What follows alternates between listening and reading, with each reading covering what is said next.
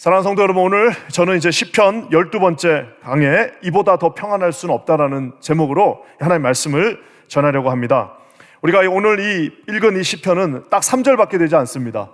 내가 성경 한 장을 외우고 싶은 분들 중에는 이 한 장을 외우시면 한 장 다 외우시는 겁니다. 참 이렇게 짧은 이 성경은 말 그대로 시로 만들어져 있습니다. 이 시대를 가리켜 시가 사라진 삭막한 시대라고 말합니다. 우리 어렸을 때 다 이렇게 웬만한 분들은 다 시 한 집씩은 다 들고 다니시면서 그 시를 가지고 이렇게 막 낭송도 하고 또 이렇게 시집 1,500원밖에 안 하니까 하나 사서 줄 끄면서 시를 읽고 이러던 시절이 있었습니다. 여러분, 시라는 것은 짧은 한 문장에다가 정말 인생 전체를 갖다 집어넣어 놓은 겁니다. 그렇기 때문에 시는 비록 한 줄이지만 그 한 줄은 많은 의미를 가지고 있습니다. 우리가 시를 싫어하는 분들도 대한민국 사람이라면 다 아는 시가 있지 않습니까? 김소월 선생의 진달래가 있습니다. 나 보기 역겨워서 가실 거면 고이 보내드리겠습니다. 정말 사랑하는 사람이 떠난다고 하니까 그래, 내가 고이 보내드리겠습니다. 내가 진짜 역겨워서 가실 거면 그냥 안 보내드리고 거기다가 이렇게 꽃을 꽃잎을 이렇게 뿌려드리겠습니다. 그래도 가시고, 내가 그래도 역겨워서 가실 거면 내가 뿌려놓은 그 꽃을 어떻게 밟고 가라고요? 그렇죠. 지려 밟고 가소서. 지리 밟기도 아니고 지려 밟고인데, 내가 이거를 도대체 어떻게 영어로 번역을 했을까 한번 찾아봤습니다. 그랬더니 트레드예요. 트레드는 그냥 밟다예요, 밟다. 지려 밟고 가세요. 정말 사랑하는 사람이 떠나는데 정말 떠나게 못하게 할 수는, 붙잡을 수는 없고, 가실 거면 내가 그 앞에다 꽃을 깔아 놓을 건데 그 꽃을 정말 내가 싫으면 아주 지려 밟고, 아주 그냥 징글징글 밟고 가십시오라고 거기다가 써 놓은 것입니다. 여러분, 시라는 것은 진짜 네가 싫은 이유 10가지, 네가 떠나야 될 이유 5가지, 떠나지 말아야 될 이유 5가지 해가지고 이렇게 논문 쓰듯이 써 놓은 것보다 정말 당신이 날 싫으면 그 내가 깔아놓은 꽃을 지려 밟고 가세요 라고 하는 그 한마디에 우리의 모든 마음이 그곳에 들어가 있다는 것을 보게 됩니다. 이 시대는 이 시가 사라졌기, 그래서 사람들이 시편 별로 안 좋아합니다. 우리 어렸을 때, 또 저 대학 다닐 때도 시편 읽기 운동 많았습니다. 그래서 시편이 150편이니까 하루에 한 장씩 읽으면 1년이면 2번을 읽습니다. 전방 빠지는 날 빠지더라도요. 또 저 같은 경우는 시편, 내 인생의 시편들이 몇 가지가 있습니다. 그래서 그 시편이 항상 그 시편만 좋은 게 아니라 어떨 때는 이 시편이 좋았다가 어떨 때는 또 탄식시가 좋을 때가 있습니다. 탄식시가 뭐예요? 막 괴롭습니다, 주님, 저 죽게 되었습니다 하는 그런 시편이 있는 반면에, 심지어는 시편에는 저주시도 있습니다. 여러분, 저주시가 뭔지 아세요? 저주시는 말 그대로 저기다가 자기가 싫어하는 사람 얼굴 갖다 놓고 이렇게 다트 던지는 것처럼 하나님, 저 사람이 나를 괴롭힙니다 하는 그런 시편도 있답니다. 그러니까 이 시편은 말 그대로 그 짧은 한 문장에다가 내 마음과 내 모든 것들을 정제해서 써놓은 것이 시편입니다. 그래서 우리 이제 계속해서 저희가 시편을 읽고 있고 또 시편을 설교하고 있고, 또 제가 은근히 우리 교회 와서 시편을 보니까 정말 많이 설교했더라고요. 심지어 시편 119편은 아예 2주 동안 특세금철하면서 매일매일 설교하기도 했습니다. 여러분, 이런 모든 시편 속에는 이 시가 우리 가운데 있는 이유는 그 짧은 한 문장에 우리의 마음이 잘 녹아져 있기 때문입니다. 시편은 마치 하나님 앞에 그 인생을 산 다윗이 정말 뭐라 그럴까요? 최선을 다해 적어놓은 기도문과도 같습니다. 원고지에다 기도문을 썼다라고 생각하면 됩니다. 옛날에 연애편지를 보낼 때 원고지에다가 막 씁니다. 쓰면은 한 번에 쫙 써갖고 보내는 사람은 없어요. 어떻게 해요? 쓰고 다 던지고 또 막 씁니다. 그리고 또 안 되니까 막 해갖고 또 밤새도록 봤더니 휴지통에 원고지가 가득하게 들어져 있습니다. 결국에는 이제 밤을 새가지고 원고지에다가 써고 또 지고 써고 또 지고 해가지고 한 단어를 썼습니다. 내일 빵집에서 만나 주실래요? 이렇게. 얼마나 시가 멋있어요. 내일 빵집에서 만나 주시겠습니까? 여러분, 그것은 비록 그 받는 사람은 아유, 이 문장을 썼구나라고 하지만 보낸 분은 진짜 밤을 새서 지금 그 시를 바꾸고 또 바꾸고 또 바꿔서 정제되어 하나의 시가 그곳에 나왔습니다. 여러분이 오늘 시편의 말씀들도 다 그런 말씀들입니다. 시편의 저자들이 자기 인생을 갈아 집어넣었어요. 자기 인생을 마치 정말 그곳에다가 다 집어넣어가지고 한 문장으로 했는데, 심지어 거기서 성령께서 그를 도와 성령께서 그 마음 가운데 영감을 주셔서 이 시편의 기자들은 이 시는 하나님께 올려진 시, 모든 다른 성경의 말씀은 하늘에서 내려온 말씀이지만 이 시편의 말씀은 말 그대로 인간이 쓴 그 글자가 성령의 영감 가운데 하늘로 올라간 하나님께 드려진 시라는 사실입니다. 그래서 여러분, 시편의 내용들은 깊이가 있고, 시편의 내용은 우리 인생 전체를 아우르고, 시편은 더 깊이 있게 원고지 100장에 쓴 것보다 이 한 단어가 더 많은 것을 보여주고 있습니다. 여러분, 시편 23편 우리가 잘 알잖아요. 4절에 뭐라고 나와 있습니까? 한번 다 같이 한번 읽어보겠습니다. 시작. 내가 사망의 음침한 골짜기로 다닐지라도 해를 두려워하지 않을 것은 주께서 나와 함께 하심이라. 주의 지팡이와 막대기가 나를 안위하시나이다. 저희 보면은 다윗이 이렇게 고백했어요. 사망의 음침한 그 곤란 고원이죠. 그 곤란의 골짜기, 사울에게 도망다니면서 사울이 그 쫓아오는 그 군대를 피해서 그 사망의 음침한 골짜기를 다녀도 해를 두려워하지 않는다고 얘기했는데, 저거를 만약에 우리가 읽는 사람들은 저렇게 읽지만 다윗은 지금 도망다니면서 쓴 거지만 어떤 만약에 병마가와 싸우시는 분들 계실 겁니다. 지금 우리 가운데 병중에 싸우고 있는, 그 병중에 누워가지고 읽는 저분들에게는 저걸 딱 읽는 순간, 맞아, 내가 지금 이 죽음을 눈앞에 둔 이 사망의 음침한 골짜기, 이 병원에서 그 사망의 음침한 골짜기를 다니고 있구나라는 것을 느끼게 될 것입니다. 어떤 분들은 경제적으로 무척 힘든 시간들을 보내고 있습니다. 도저히 앞이 보이지 않습니다. 내가 정말 이 어려운 경제적인 사망의 음침한 골짜기를 다니고 있는 그 느낌을 받는 겁니다. 어떤 분들은 관계가 다 깨져버렸어요. 이제 관계가 다 깨져버려갖고 더 이상 세상에 정말 보고 싶은 사람이 하나도 없는 그런 정말 초우울증에 걸린 분들도 있습니다. 그런 분들에게도 저 사망의 음침한 골짜기는 적용되어집니다. 그때 하나님께서 뭐라고 말씀하시냐면, 그러한 곳을 다닌다 할지라도 내가 두려워하지 않는 것은 주님의 그 지팡이와 막대기, 지팡이와 막대기로 상징되어지는 주님이 나를 지켜주신다라고 말하고 있기 때문입니다. 지팡이는 이렇게 짚고 가는 거잖아요. 자기가 이렇게 설 수 없으니까 짚는. 막대기는 뭐예요? 누가 공격하면 그걸로 막고 때리기도 하고 하는 겁니다. 여러분, 이것은 어떻게 보면은 시적인 표현이지만 저거보다 더 우리의 마음을 든든하게 해주는 게 어디 있겠습니까? 여러분, 이 가운데 경제적인 어려움, 건강의 어려움, 관계의 어려움, 또 그 외에도 모든 어려움들의 그 사망의 음침한 골짜기를 다 다른 길을 다니고 있지만, 이 말씀은 저와 여러분들에게 하나님이 너의 지팡이와 막대기가 되셔서 너를 부축해 줄 것이며 심지어는 너를 막고 공격해 주실 것이다라고 말씀해 주고 있다는 사실입니다. 사랑하는 성도 여러분, 그래서 저는 우리 퀸자는교회 모든 성도님들이 이 시편의 말씀을 좀 즐겨 읽고 암송도 하시고 하셨으면 좋겠습니다. 또 여러분, 42절에 시편 42장에 뭐가 나옵니까? 하나님, 내가 정말 시냇물을 찾기에 갈급한 사슴처럼 내 영혼이 주님을 찾기에 갈급합니다. 어떤 분이 저 이제 시편을 쓰는 다윗이 하루는 이렇게 이제 시냇가에 갔나 봐요. 그랬더니 정말 사슴 한 마리가 와가지고 막 목이 탄 그 사슴이 헐떡헐떡거리면서 와서 그 물을 그냥 덜컥덜컥 들어 마시는 장면을 보았습니다. 그러면서 딱 봤더니 자기의 지금 영혼이 생각나는 거예요. 하나님, 제가 지금 정말 인생의 절망의 웅덩이에 빠져 있습니다. 나 정말 하나님을 너무너무 만나야겠습니다.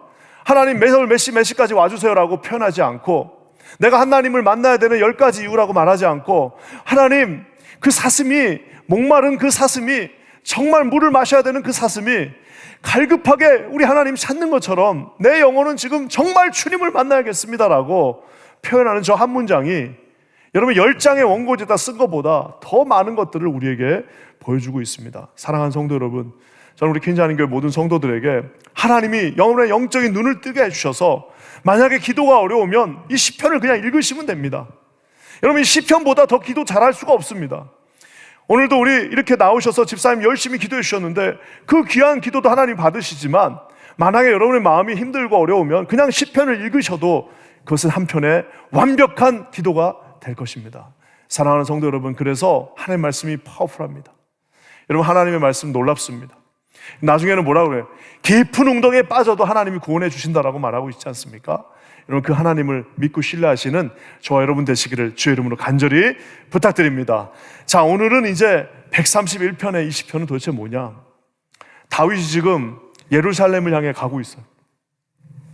예루살렘을 향해서 가면서 이 노래를 모든 순례자들이 부르는데, 말 그대로 예루살렘은 어떤 성이에요? 예루샬라임, 즉 마지막에 예루샬롬입니다. 사실상 예루샬롬이에요.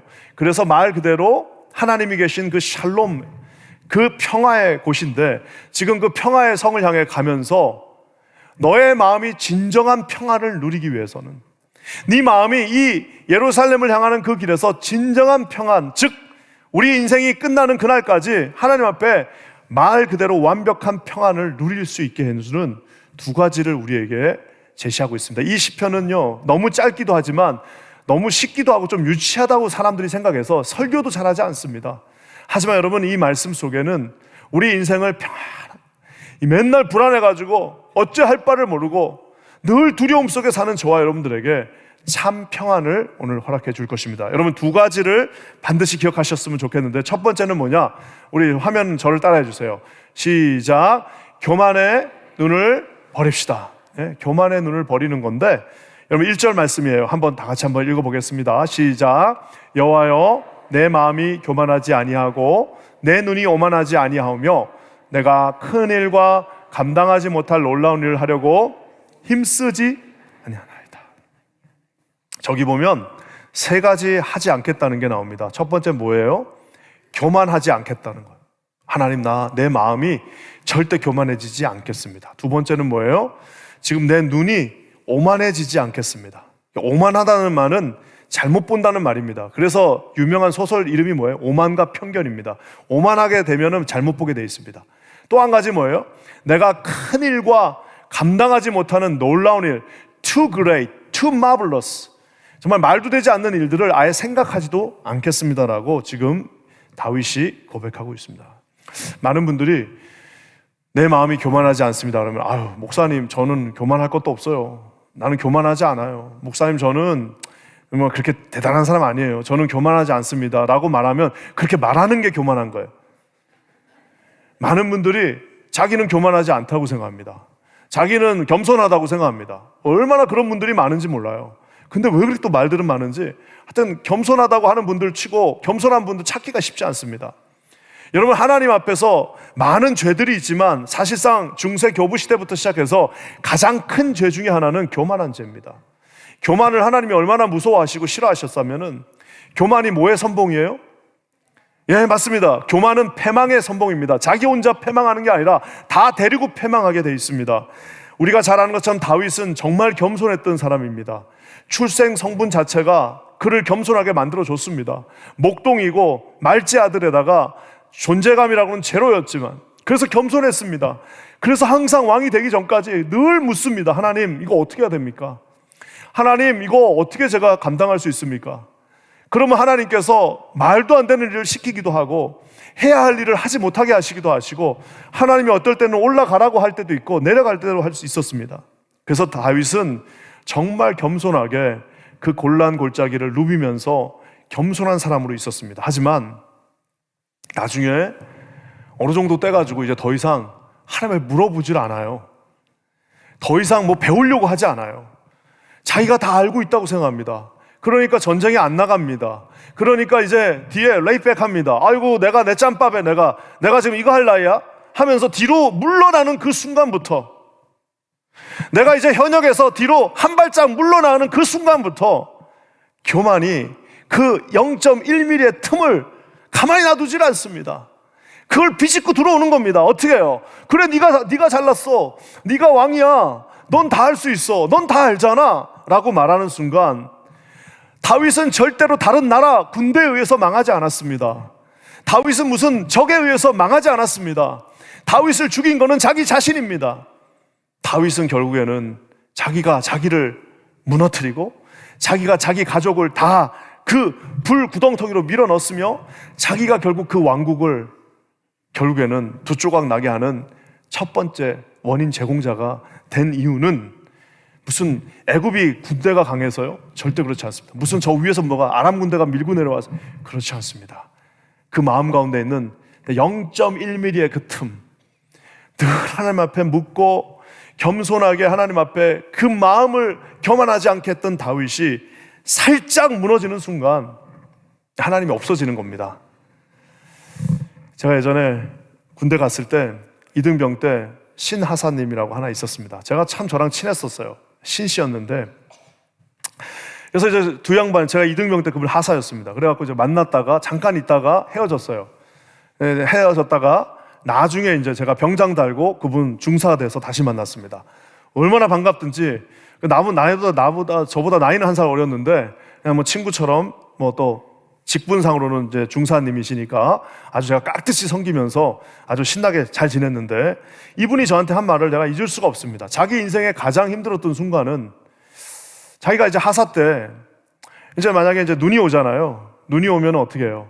이분이 이제 성품이 좋으니까 야 가서 눈 치워 이렇게 못하고 어떻게 해요? 자기가 가서 치우면서 자 우리 가서 눈 치우자 하고 다 같이 데려 나가려고 하는데, 이게 못된 병장 하나가 뭘 눈을 치워 그냥 냅둬. 그걸 자기가 앞에 있는데 그렇게 얘기하는 거예요. 한국 그 군대가 좀 이 서열이 묘합니다. 그 하사라 병장이. 그래서 그러다 보니까 자기가 마치 투명 인간이 된 것 같더래요. 그러니까 자기가 엄연히 여기 있는데 자기를 무시하면서 막 그렇게 얘기를 하니까 그게 너무 힘들었다고 그때 중사님이 저한테 얘기를 하셨던 게 제가 기억이 납니다. 여러분, 이게 진짜 하사 병장, 그 딱 계급 하나 차인데도 그렇게 섭섭하고 자기가 투명 인간이 된 것 같아서 그렇게 기분이 나쁜데, 얼마나 많은 사람들이, 여러분 계급이 100단계가 아니라 계급이 정말 비교할 수도 없는 그 하나님을 바로 코앞에 두고도 그 하나님을 투명 인간 취급하는 얼마나 많은 사람들이 있는지 모릅니다. 제가 목사다 보니까 별일을 다 했습니다. 나이는 어리지만 내가 정말 별별 사람들 다 만났는데, 예전에 한번 치매가 걸린 분이 한 분 계셨는데 그 자식들이 제 앞에서 싸우는 걸 제가 봤습니다. 아버지예요. 자기들 아버지예요. 물론 치매가 걸려서 말 못 알아들으실 수도 있겠지만 나중에 그 영혼이 다 알아듣고 있는데 그 영은 알아듣고 있을 거 아닙니까? 근데 그 아버지 밑에서 두 자식이 싸우는데 내가 내 입으로 마지막 그 말 했던 거는 내가 여기서 강대상에 말도 못 합니다. 나중에 그것도 하나지만 또 한 가지는, 자기 아버지는 못 알아듣는데 내가 아무리 젊은 목사지만 그 젊은 목사 앞에서 두 사람이 싸우는데 나중에는 정말 와, 어떻게 저렇게까지 말을 하면서 싸우나. 여러분, 그분들이 그렇게 자기 아버지와 이렇게 무시할 수 있는 이유는 뭐예요? 네, 투명 인간인 거예요. 앞에 있지만 아무 존재감이 없는 겁니다. 뭐 젊은 목사 하나 우리가 이렇게 하는 거 해봐야 아무 소용. 그러니까 그 앞에서 그렇게 몹쓸 말을 하는 겁니다. 이 시대에 여러분 정말 주님이 이 자리에 정말 우리 옆에 성령으로 여기 앉아 계신 걸 여러분 믿으십니까? 정말 믿으세요? 네. 여러분 근데 그거하고 전혀 상관없이 교회에 와가지고, 이제 우리 교회는 그런 일이 없지만 여러분 교회 안에서 사람들이 왜 그렇게 핏대를 올리고 그럽니까? 네, 하나님이 치매 걸린 거예요. 하나님이 옆에 안 계신 겁니다. 여러분 처음에부터 그렇게 했습니까? 처음부터 그렇게 안 됩니다. 어떻게 되는 거예요? 작은 틈이 있습니다. 그 틈으로 교만이 들어가는 순간 그 교만은 패망을 선봉장이 되어서 죽으러 가자, 망하러 가자 하는 첫 번째 장군이 된다라고 말하고 있습니다. 사랑하는 성도 여러분, 교만은 결정권을 내게 있다라고 말합니다. 그래서 여러분, 교만한 사람은 된다 안 된다를 자기가 결정합니다. 자기가 뭔데? 된다 안 된다를 자기가 결정해요. 여러분, 교만한 사람은 한다 안 한다를 자기가 결정합니다. 교만한 사람은 하나님이 하라고 해도 안 합니다. 교만한 사람은 하나님이 하지 말라고 해도 합니다. 자기한테 한번 꽂히면 해야 돼요. 무조건 해야 돼요. 자기가 한번 필 받으면 무조건 그거 하고 봐야 된다라고 생각합니다. 교만이 그래서 무섭습니다. 교만한 사람은 하나님이 그 앞에 나타나서 내가 하나님이다라고 말해도 여러분 믿지 않을 것입니다. 바리새인들이 교만했던 이유는 자신들이 말씀의 해석자라고 얘기했습니다. 그 모든 구약의 말씀들에서 수백 번에 걸쳐서 하나님이 이 땅 가운데 너희를 구원하러 다시 오실 텐데 그 말씀을 자기들은 해석하지 않는 겁니다. 제가 여러분 이 성경을 이렇게 순서대로 설교하는 이유가 바로 여기 있습니다. 혹시라도 내가 싫어하는 내가 만약에 이거 순서대로 안 했으면 131장 같은 거는 설교 안 했을 겁니다. 별로 할 게 없어. 설교할 게 없어요. 그 좋은 거, 자기가 좋아하는 거, 자기가 듣기 좋은 것만 하는 거잖아요. 그게 교만한 겁니다. 사랑하는 성도 여러분, 우리는 하나님 앞에 순종해야 되는 사람들이지 우리는 결정해야 되는 사람들이 아닙니다. 저기 계신 모든 성도들에게 오늘 주님이 이런 깊은 겸손과 교만의 그 궁점에서 그것들을 볼 수 있는 눈들을 주시기를 주님의 이름으로 간절히 부탁드립니다. 교만한 사람들, 오만한 사람들의 특징이 뭐냐? 되지도 않는 일을, 감당할 수도 없는 일들을, 그 놀라운 일들을, 그 말도 안 되는 일들을 한다고 합니다. 여러분, 바벨탑 사건을 한번 보세요. 바벨탑을 왜 쌓았을까요? 바벨탑을 쌓은 이유가 있습니다. 바벨탑은 말 그대로 이제 언어를 하나로 만들자 뭐 이러면서 이제 바벨탑을 쌓은 이유가 뭐냐? 결국에는 그 깊은 그 중심으로 가면 뭐냐면 흩어지지 말고 내 이름을 남기자, 내 이름 석자를 남기자라는 게 바벨탑 정신입니다. 뭐 그게 뭐 중요한, 뭐 그거예요, 그거.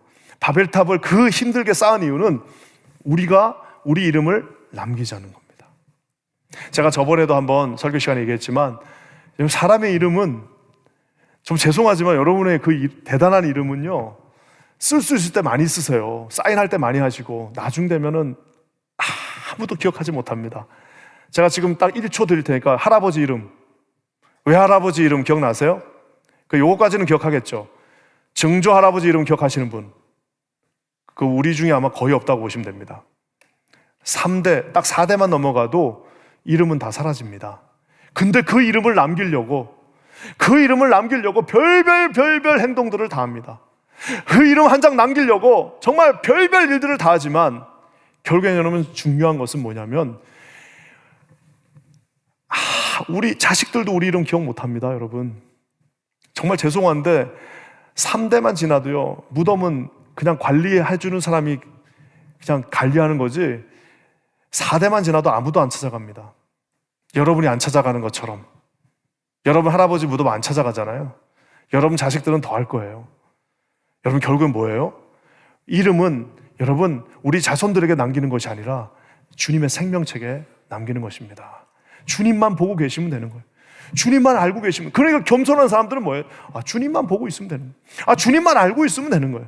더 알려지는 게 오히려 두렵습니다. 주님만 알고 계시면 되는 거예요. 그러니까 뭐예요? 큰일하고 감당하지도 못할 일들을 자기 명예를 위해서 그 바벨탑을 왜 힘들게 쌉니까? 차라리 그 바벨탑 쌀 돈으로 그냥 맛있는 거 먹고 불쌍한 사람들 도와주면 얼마나 좋습니까? 여러분 그 바벨탑을 쌓는 것이 아니라 하나님의 정말 말 그대로 생명책에 여러분의 이름들이 기억되어지기를 주님의 이름으로 간절히 부탁드립니다. 그 이름에 그렇게 집착하다 보니까 어떤 괴물들이 나오는지 아세요? 여러분 교회마다 얼마나 많은 괴물들이 있는지 모릅니다. 어떤 교회 가면요, 목사님인지 저분이 무슨 대기업 총수인지 구분이 안 가는 분들이 있어요. 아니 목사라고 세워놨더니, 아니 목사라고 선교라고 잘 세워놨더니 저분이 지금 무슨 대기업의 총수냐, 저분하고 CEO인지 구분이 안 가요. 구분이 안 가. 그런 분들이 얼마나 많은지 모릅니다. 직분도 마찬가지입니다. 그렇게 착하고 순하고 그렇게 정말 모든 일들 걸레 밀질하고 이렇게 섬기더니 직분 달더니 바뀌는 분들이 있잖아요. 그거 왜 그렇습니까? 다 저 교만해져서 오만한 그 눈으로 하지도 못할 그 일들을 자기 이름을 남기고 싶은 그 마음이 슬며시 절대로 빈틈없을 것 같은 다윗의 그 마음을 뚫고 교만이 들어왔던 것처럼 여러분 우리의 그 겸손한 마음에 그냥 요만큼만 열어놓으시면요 그냥 마귀들이 그렇게 들어온다라는 사실입니다. 사랑하는 성도 여러분, 저는 우리 킨자님교회 모든 성도님들이 이 시대 앞에, 이 시대는 교만과 오만이 하나의 무슨 능력이라고 말해요. 네가 네 자신을 잘 가서 얘기하고 그러는데 여러분 그런 것이 아니라 진심으로 겸손한 것은 뭐 무조건 안 한다는 게 겸손한 게 아닙니다. 겸손한 건 하나님이 시키는 걸 하는 거예요. 자기가 못할 것 같아도 하나님이 시키면 해야 됩니다. 자기가 할 수 있을 것 같아도 가서 손가락 하나만 딱 건드리면 다 될 것 같아도 하나님이 막으시면 거기서 멈춰야 되는 겁니다. 자기가 자기 힘으로 모든 것들을 다 이룰 수 있다 할지라도 하나님이 그만, 다음 하면은 순종하고 네 하고 떠나야 되는 거예요. 자기가 자기 힘으로는 도저히 불가능할 것 같아요. 야, 이거는 내가 우리 아무리 우리 집 식구들 다 힘을 합쳐도 이거는 불가능하다고 그렇게 판단이 될지 할지라도 하나님께서 막대기를 주시면서 이 막대기 들고 나가서 홍해를 가르라고 명령하시면은 여러분 그 순종하고 나가야 되는 게 그게 겸손한 겁니다. 어떤 분들은 하라고 했더니 겸손하게 안 한다고 그러고 하지 말라고 그랬더니 겸손하게 하시는 분들이 있어요. 여러분 그것들을 잘 구분하시면서 주님 앞에 하나님의 그 마음을 잃지 않으시는 저와 여러분 되시길 주님의 이름으로 간절히 부탁드립니다. 또 한 가지 중요한 게 있습니다. 이 교만한 마음을 우리 버려야 되는데 두 번째는 뭐가 있냐면은 한번 저를 따라해 볼까요? 시작. 아기의 눈을 가집시다. 아기의 눈을 갖는 거예요. 아기의 눈을 가집시다. 이게 중요합니다. 우리 2절 말씀 한번 다 같이 한번 읽어보겠습니다. 시작. 실로 내가 내 영혼으로 고요하고 평온하게 하기를 젖된 아기가 그의 어머니 품에 있음 같게 하였나니 내 영혼이 젖된 아이와 같도다. 여러분 이거는 애들 젖 한 번이라도 젖병으로 물려본 사람들은 이게 뭔 말인지 압니다. 와, 이게 모유 수유하시는 우리 어머님들 세대 얼마나 좋았습니까? 남편들은 그냥 자면 돼요. 근데 이거 분유로 이렇게 하니까 새벽 2시에 꼭 울잖아요. 새벽 2시에 일어나서 미지근한 물, 그것도 물도 온도 맞춰야 돼가지고 그 온도를 맞춰가지고 2숟갈 반을 넣고 잘 흔들어서 애가 막 울고 난립니다. 막 울고 막 살려 와 하고 옵니다. 와, 어떻게 이렇게 연기를 잘하는지. 그렇게 울고 있는데 젖병을 딱 꼽는 순간 그냥 멈춰요. 딱 멈춥니다. 그래서 그 2.5아운스를 다 마시고 나면은 어떻게 해야 됩니까? 애를 뒤집혀서 툭툭툭툭 치면은 트름까지 하면 끄ꯛ 하고 트름까지 합니다. 트름이 끝나고 나서 이제 그 아이를 탁 안으면은 그 아이가 어떤 눈으로 쳐다봐요? 세상 모든 것을 다 가진. 그러니까 그렇게 힘들어도 애를 키우는 것 같아요. 야, 그냥 갖다 던지고 싶다가도 이렇게 딱 보면은 와, 약간 이렇게 정말 그 눈으로 자기 어머니를 이렇게 쳐다봅니다. 모든 것을 다 가진 눈으로. 그래서 우리는 어머니의 품이라고 말합니다. 품도 참 사실 영어로 번역이 힘들어요. 그 품이라는 것이 결국에는 넉넉한 따뜻한 그 사랑이 있는 곳을 말하는데, 여러분 우리 이민교회가 참 차갑다고들 말 많이 합니다. 이민교회에서는 실수 한번 하면은 그냥 큰일 난다라고 얘기합니다. 왜 그러냐면은 이 어머니의 품이 없기 때문입니다. 품이 없으니까 그냥 다 품이 요만해요. 자기 하나도 안을 수 없는 사람이다 보니 다른 사람을 안아주는 거는 이건 일도 아닙니다. 그래서 여러분, 사랑하는 성도 여러분, 여기 오늘 젖된 아이가 지금 모든 것을 놓고 만족하고 있습니다. 왜냐? 엄마가 이제 이 음식을 줬기 때문이에요. 젖을 다 뗐어요. 더 이상 필요한 게 없어요. 아무것도 이 아이에게는 필요한 것이 없습니다. 여러분 그 상태가 지금 젖된 아이와 같은, 지금 하나님 내 영혼은 예수 그리스도 그 한 분이 계시기에 내 영혼은 나를 사랑하시는 그 하나님이 나의 지팡이와 막대기가 되시고 내 피난처가 되시기에 당신만 계시면, 세상에 모든 것이 있어도 당신이 계시지 않으면 불안한 거지만 아무것도 가지고 있지 않아도 당신 한 분이 계시면 나는 젖된 아이 같습니다라고 지금 선포하고 있는 것입니다. 옛날 노래지만 우리 성도님들도 좋아하시잖아요. 예수님이 좋은 걸 어떡합니까? 와, 그 노래, 야, 이런 노래가, 나는 이게 조선시대부터 이 노래가 있었나 했더니 1970년대에 늘노래 찬양단이라고, 늘노래 선교단이라고 대한민국 최초의 무슨 락 보컬 이 찬양단이 있었대요.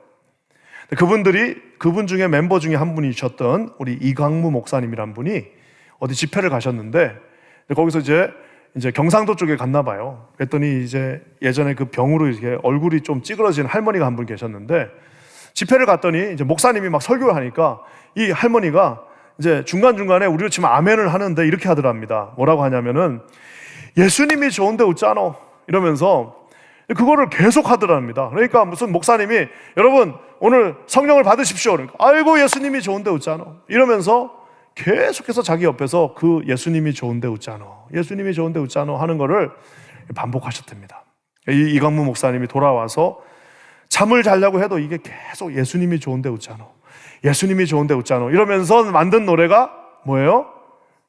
예수님이 이게 이제 우리 국거리 장단에 맞춰가지고 어떡합니까? 이렇게 했다는 거예요.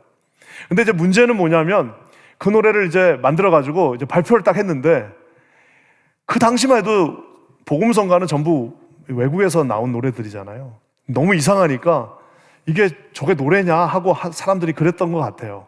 그래서 이 노래를 막 불렀는데, 그래서 부르고 나니까 다 조용히 가만히 있었는데 서울에 있던 서소문교회라는 곳에서 당시에 한 90이 가까운 장로님 한 분이, 아주 커나만 장로님이 갑자기 일어나더니 막 춤을 추더라는 겁니다. 너무 좋아가지고.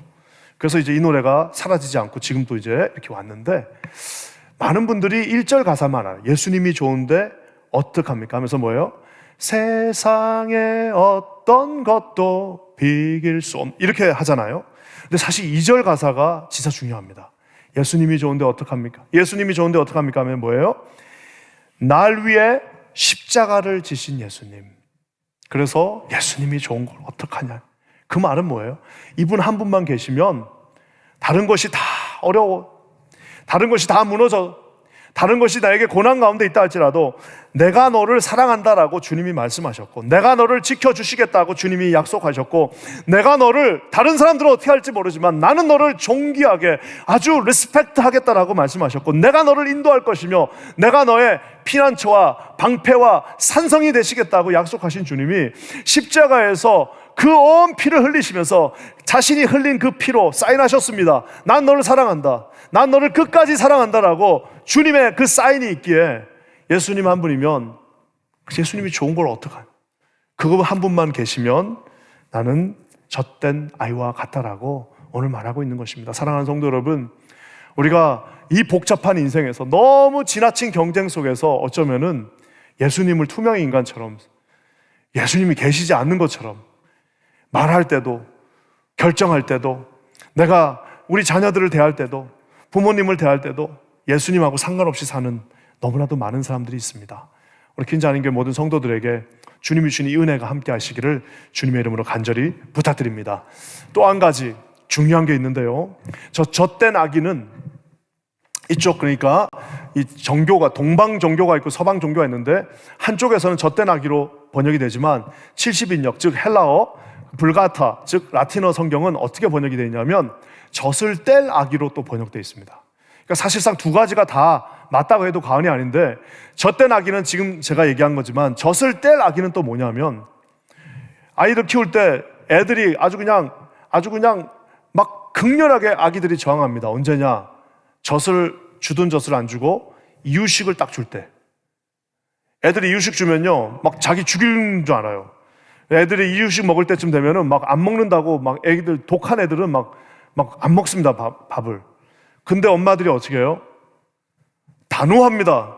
아주 그냥 결단을 하고요, 안 줍니다. 그래서 굶더라도 안 줘요. 그래서 결국에는 이유식을 먹입니다. 젖을 뗄 아기와 같도다. 어쩌면은 만약에 우리가 하나님의 평안 가운데 있지 않으면 젖을 떼지 못한 사람들이 교회에 얼마나 많은지 모릅니다. 30평생, 40평생, 50평생 교회를 다니는데 아직도 맨날 젖만 먹고 있는 사람들이 있어요. 한 번도 단단한 음식을 먹어보질 않아가지고, 이 단단한 음식을 먹어보지 않으니까 단단한 일을 해본 적이 없어요. 30평생 교회를 다녀도 자기 영혼 하나 간수가 안 됩니다. 40평생 교회를 다녔지만 단 한 번도 전도를 못 해봤어요. 왜? 아니 자기 영혼도 자기가 간수가 안 되는데 누구를 전도합니까? 봉사하는 거는 뭐 생각도 못 합니다. 헌금하는 거는 뭐 하늘이 무너져도 내가 그거는 못하는. 왜 그렇습니까? 여러분, 맨날 젖만 먹고 있는 겁니다. 젖을 떼지 못하고 있는 것입니다. 젖을 뗄 아이와 같다라고 말하고 있습니다. 사랑하는 성도 여러분, 적당한 때가 되면 젖은 그만 드시고 딱딱한 음식 먹고 딱딱한 일 좀 하시길 바랍니다. 우리 교회에 얼마나 많은 일들이 필요합니까? 얼마나 많은 일들을 하나님께서 일으켜 주십니까? 나가셔서 여러분, 아까 그 집사님이 한 달에 한 번 세상, 그게 봉사합니까? 야, 이렇게 한 달에 한 번 하는데도 그거 못한다면 그 교회는 왜 있어야 됩니까?